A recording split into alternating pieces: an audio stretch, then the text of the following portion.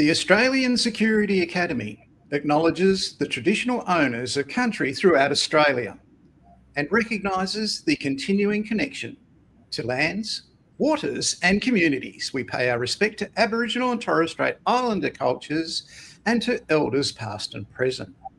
Aboriginal and Torres Strait Islander people should be aware that this series of live streams contains images or names of people who have passed away. Welcome along to Investigations Uni. If you're watching, please say hello in the chat, and welcome along to Andrew Baldock, who's going to be presenting for us today on the absolutely riveting subject of chronologies in investigations, and you'll see why as it comes together in a moment. Each week you're invited to this program by email, and you can replay any of these sessions that you can see in that email simply by clicking them on demand, and you can watch any past session that's listed there. And the sessions today relates not only just to those highlighted, but to every investigation you'll ever do. You are here because you are a member of this industry association, the Academy of Risk Loss Adjusting Professionals, and by that it is free. You do not pay for it. You'll never be asked to pay an annual fee or have money passed over to it to participate in it. It's here because you're an Australian Security Academy graduate student, and it's free to you. What's it about? It's about consistency of continuous professional development. The day you receive your qualification, it is a very special day. I'll never forget the first time I got one myself back in 2000, and I didn't stop looking at it for about 24 hours. I was really pleased with it. But the thing with it is it doesn't stop the day you get your qualification. You do continuous professional development as an expectation because you're a professional in your career. Lawyers do it, barristers do it, healthcare workers do it, Centrelink staff do it, private investigators do it. Why do they do continuous professional development? Because it adds to their value, not just for themselves and their careers, but to their workplaces or their business. And through this, you can download CPD points through taking part in our programs where you may watch the video, answer a quiz, and then download a statement of completion with your CPD points. And that proves industry currency for any of you that may have to do that in relation to your work in investigations or your work in teaching and assessing investigations. That's really important, and it's something that you can take advantage of. G'day, Nenad, great to see you, mate. Thanks for saying hello. Hey, along, great to see you, buddy. Thank you for checking in. I know it's always difficult on a Friday afternoon, but great for letting us know that you're watching, and it always inspires us to smile and to try and make it interesting. So, Andrew, what have you got for us today, buddy? Yes, today, Mike, we're going to be talking about chronology of events and how to put that into the report template. So the information that's vital to include in that chronology and how you go about doing it. Fantastic. Now, the professional investigation agencies of Australia, they all do this. You'll see it if your organisation doesn't do it when you get a re-instruction sometimes, because the person that has to be interviewed or whatever has to be followed up is in your area, and the original investigation agency can't do it. And so they send you the reports, the statements, everything. At the end of the report, you'll see that chronology. And this is what Andrew is going to be talking about today. He will be focusing on workers' compensation, and I'll bring it back to other areas once Andrew has completed it. Okay. So you're away, buddy. No worries. So I can control that, I think, can I? Just a second, mate. Make that a bit easier for me. So g'day, everyone. I hope you enjoy this series today. There will be follow-ons from this in the coming weeks and months. So there'll be more to add. So we might just go to the next slide if we can. Thanks, Mike.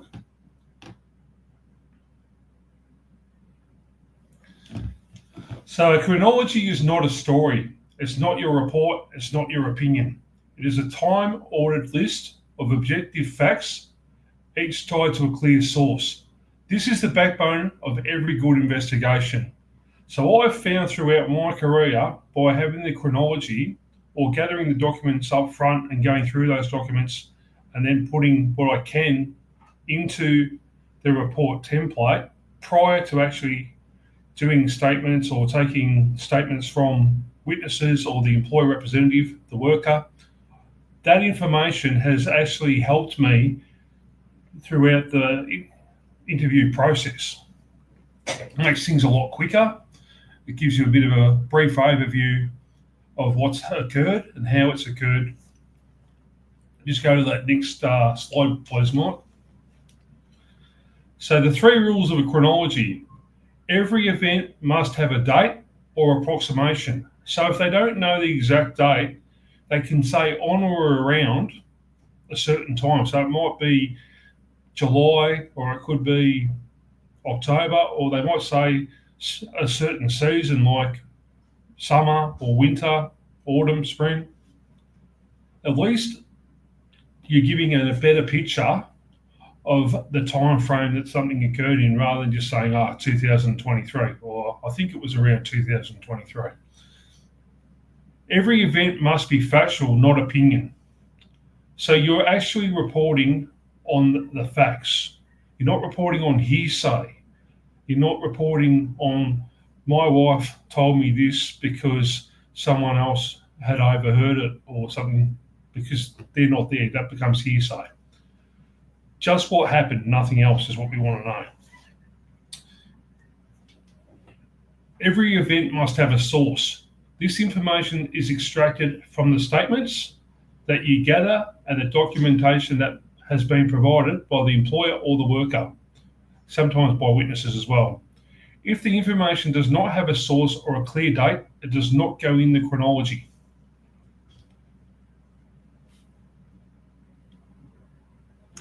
Let's go to the next slide there. So good examples of entries in the events column. The worker asserts that she lifted a 23 kilogram box and felt immediate pain in her upper right arm. So that there gives a specific causation of what's occurred. She's specifically gone and lifted up that box and then grabbed her arm and felt pain up here. So we know exactly what's happened, how it's happened, and what she was doing at the time.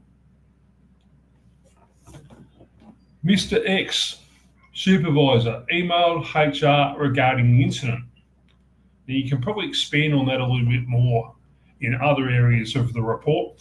So the chronology is just giving a brief overview of what happened and when.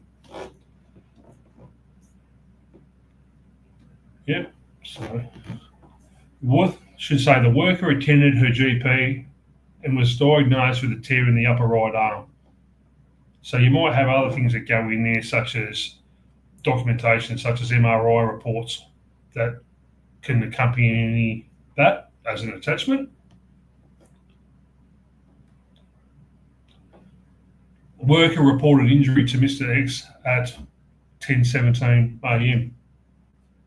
Now that becomes important when you get things that conflict with that. So in other words, they say the incident occurred at this time on a specific date, but then the evidence log or the video cameras and things like that show that, well, the worker had already gone home.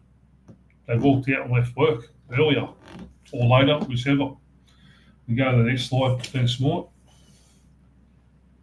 So the worker lifted incorrectly. That's an opinion. That's not a fact. We can't show that unless we've got CCTV footage and we've got expert opinion from somebody who's a subject matter expert. So somebody such as a occupational therapist, for example. Supervisor didn't care. Well, how do we know that? That's an emotion. That's somebody else's emotive opinion, or they've come to that conclusion based on how they feel. The worker exaggerated her pain. Well, are you walking in the worker's shoes? How do you know? No? Different people have different pain tolerances than others. The workplace was toxic. Well, that's again an interpretation that somebody has formed. It may not necessarily be factual. It might be a specific allegation, specifically in relation to, say, a mental health claim, but for the main part, it's an interpretation that someone has made of the evidence that has been provided or gathered, or because of allegations that have been made by the worker that they've taken on board. Next slide, thanks, Mort. Source. Always identify exactly where the information came from. So worker statement, witness statement, employer representative statement, email, so the date and time of the email. And then we've got things such as incident reports. We've also got the workers' injury claim form, the employer injury claim report. You might have information that has come out of employment contracts, letters of offer, pre-employment medical examinations, or pre-employment medical questionnaires, risk assessments, standard operating procedures, doctor's reports. So there's a vast list of information that you can gather. You might be doing a claim where there's a motor vehicle component. So you might be looking at things like service records or maintenance records, and it might specifically have information that you want to take out of there that says that the worker was undertaking a service or something like that on a vehicle when they were injured.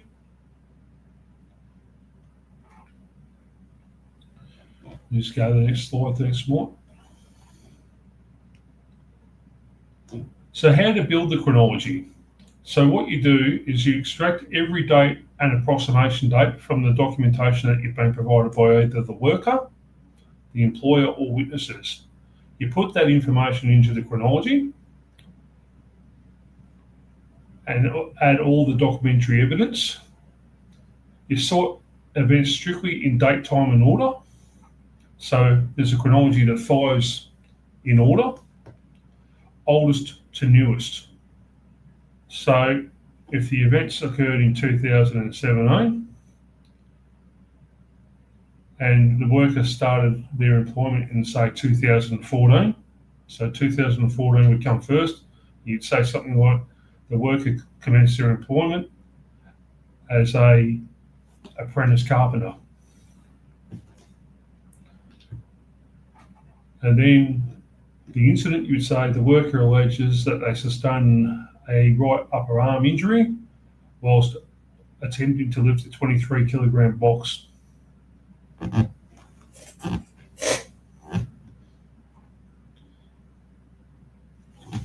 So you insert contradictions as they are. Do not resolve them. Contradictions are evidence. So if the worker says they're injured at 10:17 a.m, but CCTV footage shows the worker left at 9:50 a.m, that stays in the chronology. You want to make sure you have clean the wording up so it's short, neutral, and factual. Straight to the point. It doesn't always happen, I must admit, because you're trying to paint a picture, and sometimes it appears that when you write the report, you're saying things twice. It's one of my frustrations, to be quite honest with you, but it just seems to happen, unfortunately. We go to the next slide, thanks, Mike. So this is just a brief overview of what you would potentially write. So you always write the date in this format. You don't write 3rd, 5th, 2025. You write 3rd of May, 2025, and you will generally get instructions from the companies that you're working for that they want it in this format. So the worker commences their employment as a full-time, part-time, casual, subcontract, whatever position they've been employed in. The source, please refer to worker's statement, paragraph 5, Bulldog statement as an example, my surname, paragraph 2 and attachment 2. So what I used to find when I first started, I would find it would be in this format with one report template, but other companies out there would just say simply, please refer to worker statement. Now, personally, I think that's a bit lazy because you're not saying exactly where to find that information and making the insurer's job easier to find the source of information. These guys have got 80 plus files on the go at any one time. They need you to make it quick for them to find the information, and you will be remembered for that, and so will the company that you work for, because you make their job easier. And if you're making their job easier, you're going to be the one that they're going to come to for further work in the future. Any comment on that, Mike?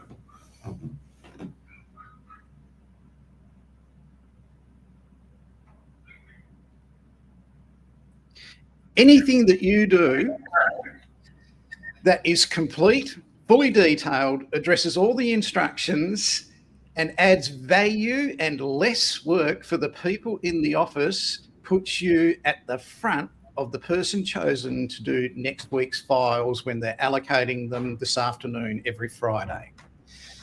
So each investigation agency will today be allocating 150, 200 files around Australia for next week's work. And if you do complete work that is opinion-free and factual, okay, spell checked, detailed, addresses everything that's in the instructions, you go right to first choice. And you will find that you will never be out of work, and you will enjoy a very good income and a very good relationship with the organisation you're providing work to. They want to see complete work from a person who isn't high maintenance, who does what's asked and sends that into the office on time. Now, do you think that's easy to get? No, it's not. And in 34 years of doing this, it's not easy to get. Now, the people that do that, right, they're doing it consistently, completing their investigations every week under the radar. They're not on Facebook. They don't have to be, right? They're busy working. And that's what Andrew just advised you to do. Add value, be the go-to person. Spot on, Andrew. Thanks, Mike. Now, what I've found over the course of my career of the last 10, 11 years, I found that this is now creeping in to all the common law reports as well. It was never there before, but now they're asking for this information to be provided in the chronology. So that tells you how valuable they are now considering it. Personally, I think you can pick up a report, you can look at the chronology, have a quick look at the statements and the summary, and you should be able to go bang, bang, bang, and to make a determination on that file within 20 to 30 minutes. Because if they're looking through 80 different files or more at a time, they don't have time to be sitting there for 3 or 4 hours going through the whole report and reading through the whole thing. They want to make a decision like that. They want to move on to the next one. And if you can make their job easy, as we said, you're going to be the go-to person. Simple as that. Might go to the next slide. Thanks, Mike. So rookie mistakes. Forgetting to record sources. So the fix to that is having the 3 columns and they must be filled in. So you've got to have the date, the event, and the source. Mixing opinions. So again, you're putting an opinion into the report rather than facts.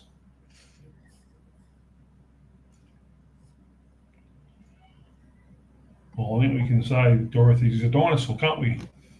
Well, we could, but the injured person from Actors Equity who filled in for the usual Dorothy inside the costume person, we need their name, not Dorothy's. And that person was injured when they fell off the stage, not Dorothy. So we've got to get that established and that correct. Okay, but I'm sure there are hundreds of thousands of 3 to 6 year olds that will swear that Humphrey really is a bear and it's a fact. But we're not dealing with them. Okay, so let's not mix facts and opinions, please, people. We could also go and get the mother-in-law, and we can see the real dinosaur. So anyway, won't go there. We'll get in trouble. So use plain facts only. Clean up contradictions or leave conflicts in. They drive the investigation. So we want to see the contradictions that have been made. So if the worker puts on the workers' injury claim form that their incident occurred on the 23rd of March at 10 a.m. in the main office, and then they turn around and say, no, the incident occurred on the 20th March at 3 p.m. in the warehouse, we want to see those different conflicting bits of information. And the other thing, you want to see there is when they say that an incident occurred in a certain place, but there were no witnesses to the incident, but they're working in a warehouse where there's another 15 people, a bit hard to imagine that if an incident occurred, that nobody witnessed it. It can happen in certain areas. Everybody goes to lunch because lunch is at 12:30, and they all return to their workstation after lunch and they find a worker lying on the floor in a puddle of water complaining of a bad back. Now, that worker could have been in the process of cleaning the machinery while it wasn't operating, while everybody else was out at lunch. That's perfectly explainable, and that is why the person would be by themselves. Okay, but if it's workers' compensation fraud and they're not there on cleaning responsibilities and they just stayed behind to do extra work, which is not required, okay, it's not even a busy time of the year, who told them to do that? Why did they do that? And why did they choose to do it at that time? So therefore, with that kind of red flag going up that Andrew's just explained, you're going to go deeper and your questions are going to get harder. But we need to know in that chronology what the break times are, what the policies and procedures are about breaks, and who cleans or whatever during breaks. And that will be exposed by that chronology because it's documented. And as Andrew said right at the beginning, nothing can happen in our reality without a day, date, and time and place. The chronology puts that together. You also get to the point where you start asking additional questions. If that person's, lying on the floor, unconscious or whatever else, is there any CCTV footage in the warehousing environment or nearby showing the worker collapsing or what the worker was doing at the time?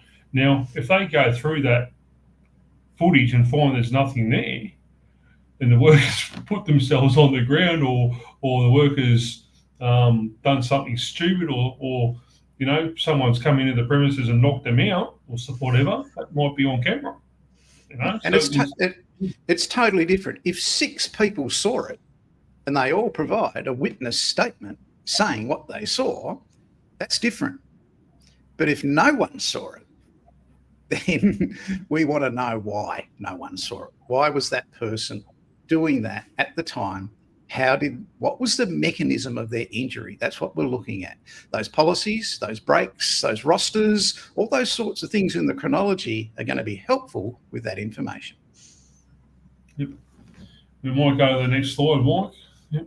If obtaining a witness statement, how do you fix up conflicts if 2 separate witnesses mention conflicts within the interview and the information provided is different? You put them both into the chronology, Nat. You don't try and separate the two because what you're showing is one person's opinion, or not an opinion, what one person believes or saw, as opposed to the other. And it's up to the insurer to determine the liability of the claim. We're just reporting on the information that we've been provided. So we're reporting that conflicting information. Witness Jones said this, witness Smith said that. And there'll be a conflicting information section in your report where that's where you get the opportunity to say that. You don't avoid it. You are not a fixer. You are not a counsellor.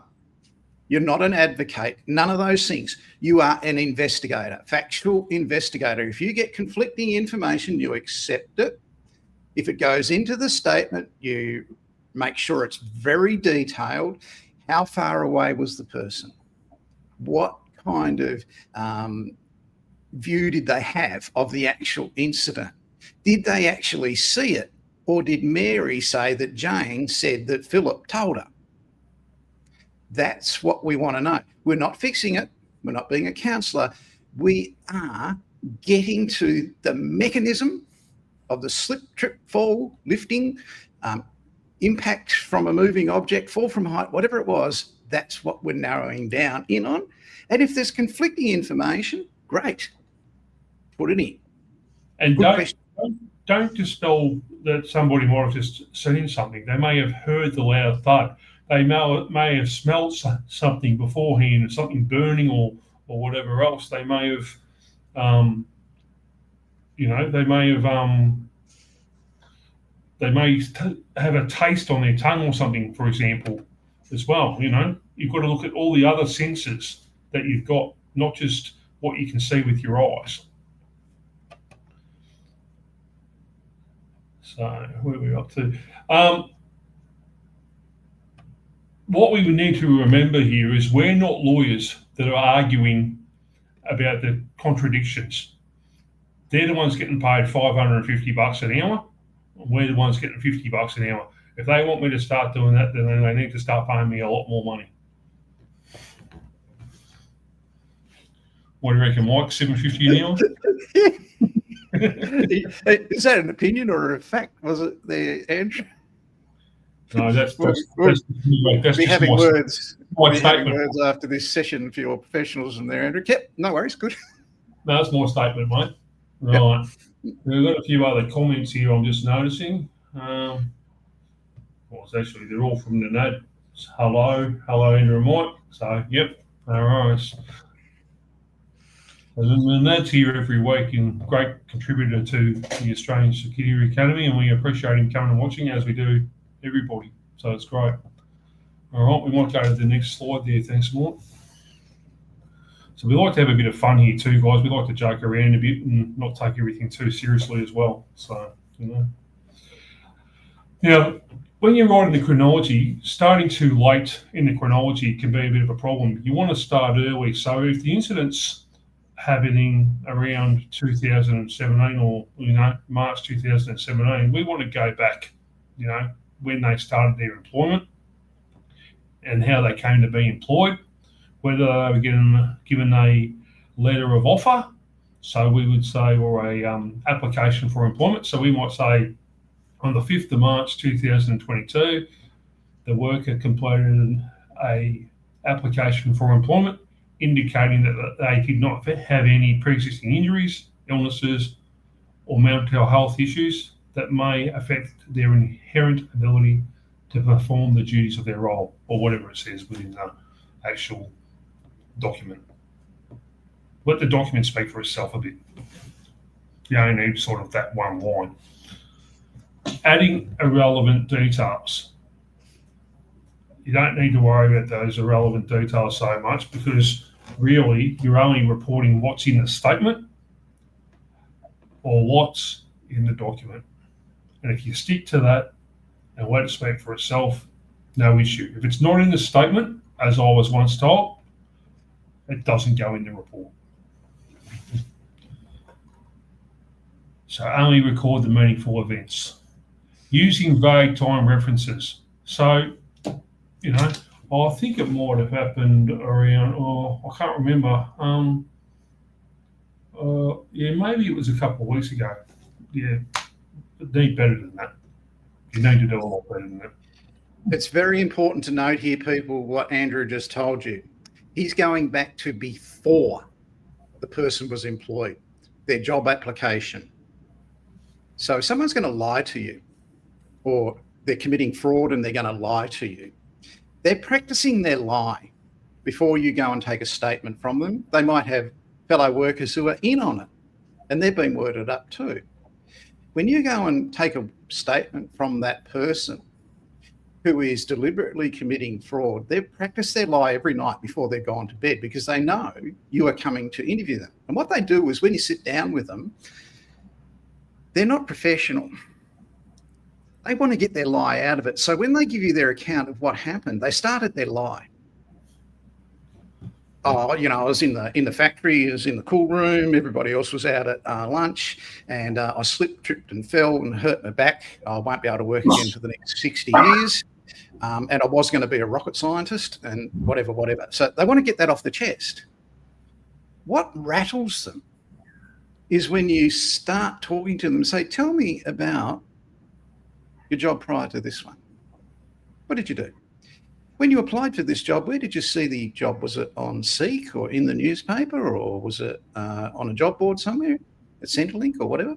Tell me about that. They haven't practiced a lie for these things. So you are unsettling them by going back to the beginning. One thing I saw happen on LinkedIn a couple of years ago was a sort of mediocre investigation agency, and they actually blurted it out on LinkedIn.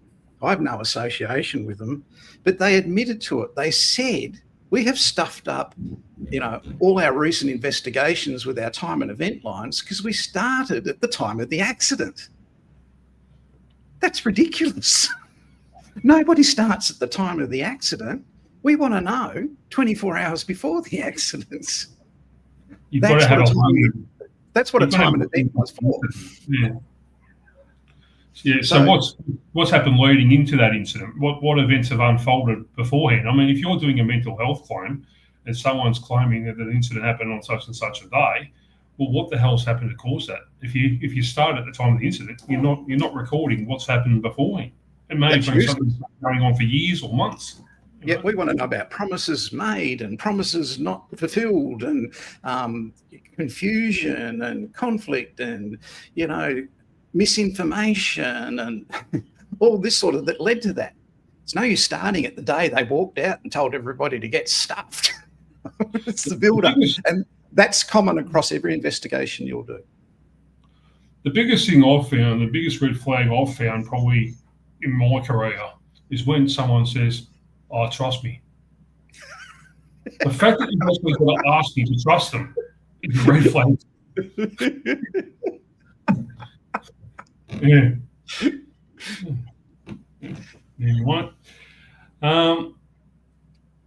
so we might go to the next slide there, Mike. All right, so thank you for watching. Now, I'm just sort of wondering whether anyone else has got some further questions that they would like to ask. We will, in the next few weeks or so, we will be going into other parts of the report in relation to pre-injury, injury and post-injury assertions, which I think will probably be the next topic that I'll probably talk about myself. And then we'll also be talking about vital parts to include within the report as well, if that makes sense. Thank you, Andrew. Now, Andrew has just spoken to you about workers' compensation and documents and records such as standard operating procedures, incident reports, pre-employment medical checks, how they advertised, how they applied for the job, CCTV, all that sort of thing. That is one type of chronology for one type of investigation. Every type of investigation has a potential chronology.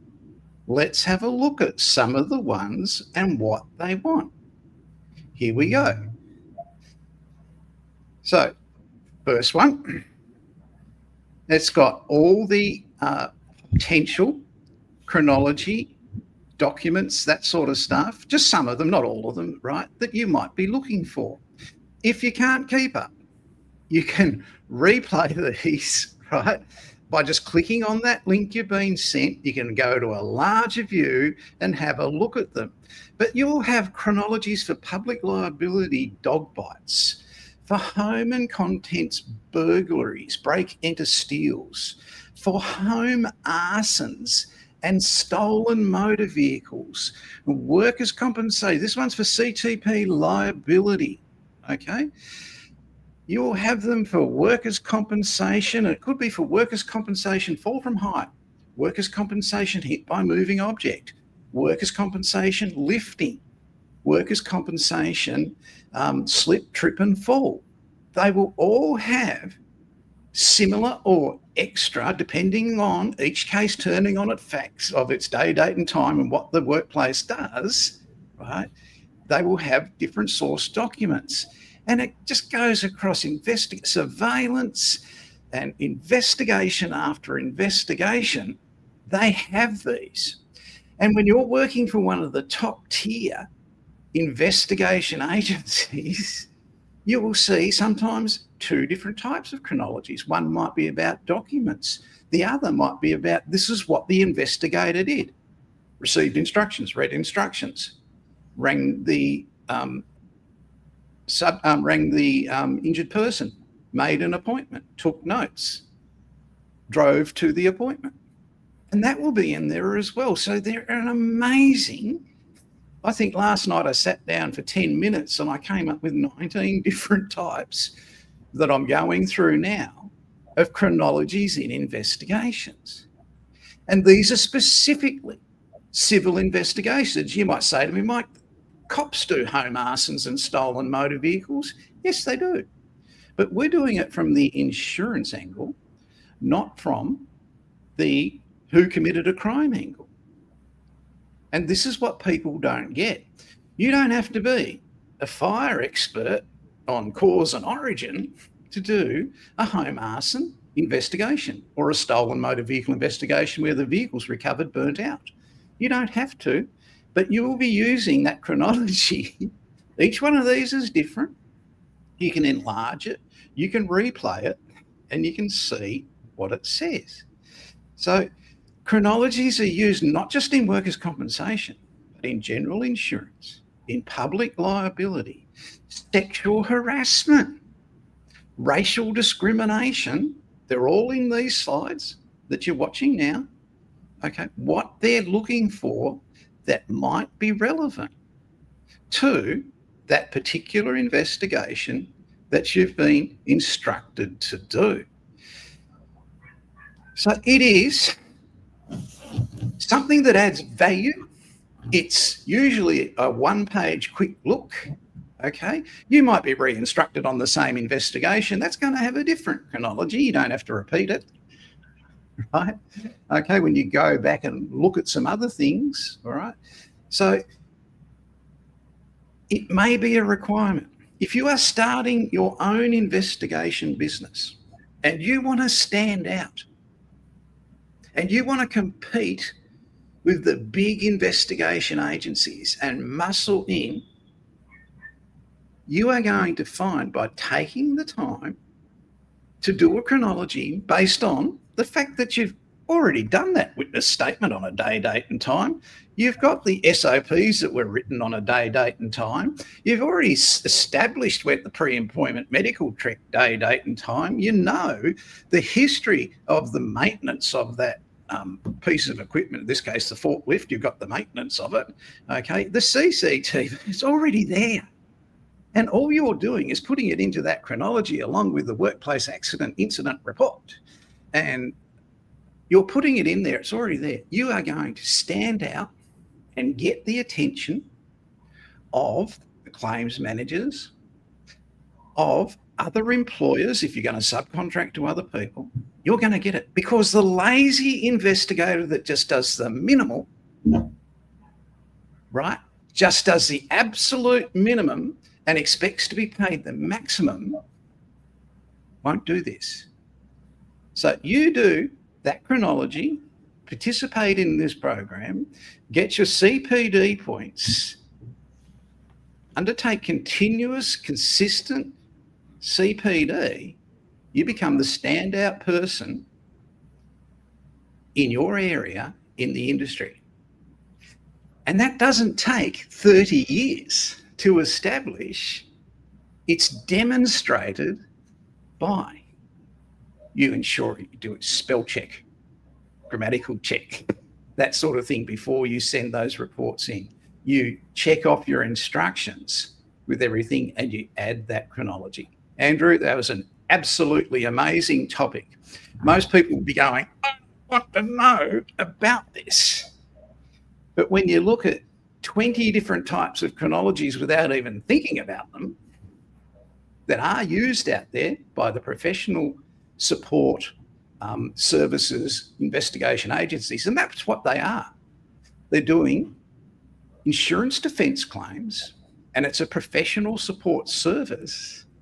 And a chronology is a simple, easy, inexpensive thing to add to separate you from the ordinary. Now, if you are specifically instructed not to do it in your workplace because you're an employee or a subcontractor, leave it out. You don't have to have it.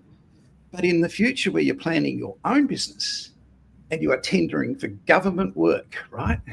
And you want to get that, it's your nationally recognised qualifications, your experience, and the fact that you're adding in that chronology is really going to make you stand out. Okay. The biggest tip I can probably give anyone here is that when you turn around and you say exactly where you're going to find a bit of information within the chronology or within a report, and you say paragraph 5 worker statement or worker statement paragraph 5 or attachment 2 or whatever, you are already giving information that I can tell you, and I won't name them, of 4 or so different companies that I can think of off the top of my head where they just put worker statement. Now, what value is that? You know, if you tell them exactly where to find that information, you just made their job so much easier. Yeah, and the person who's just made that comment on the screen, Greg, is absolute professional who does this, and he provides that service, and he's a standout professional in his industry in Australia. Thanks, Greg. Good on you, mate. Good to see you. Thanks for saying hello. All right, people, that's our program for this week. We look forward to part 2 of Andrew's presentation, where we go a little bit deeper into it. Thanks for watching. Thanks for coming in, Andrew. Really appreciate it, mate. No worries, Mike. Hang on. Oh, wait a minute. Got a question. Would it be a good professional practice if an investigator does a chronological statement, even if they get asked not to do it? If your instructions say to do it, you do it. If your instructions don't tell you to do it, don't do it. Follow your instructions. Okay? Yeah, because the first thing an employer will say to you is, why have you gone to this expense and expect to be paid $450? You just billed me for that and you weren't supposed to do it. That's really, really important.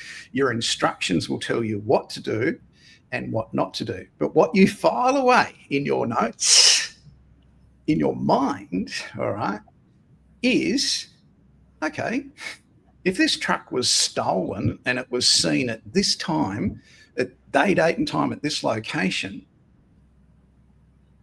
and prior to that, the last time it was seen was 4 days earlier at this location, why is there such a gap? Why is there such a missing gap in between there where nobody has seen it? That's relevant. That's what you're going to pursue in your statements, not necessarily something that's going to be a list, okay? So that's up to you to sort of assess the situation as you're taking the statement and deal with it at that point by really deep questions. Tell me about, explain to me, describe to me, sketch it for me by questioning until you get an answer. You're in the answers business. You're watching Investigations Uni. Thanks, Andrew. Thanks, everybody, for watching. We'll see you next week, people. Yeah, notes is very important, really important. And you make a note of it, you'll be adding it to your chronology when you do that report. Thanks, Andrew. No, it's good on you. Thanks, Mike. Thanks, everyone. See you next week, people, on Investigations Uni. We've got to run despite you.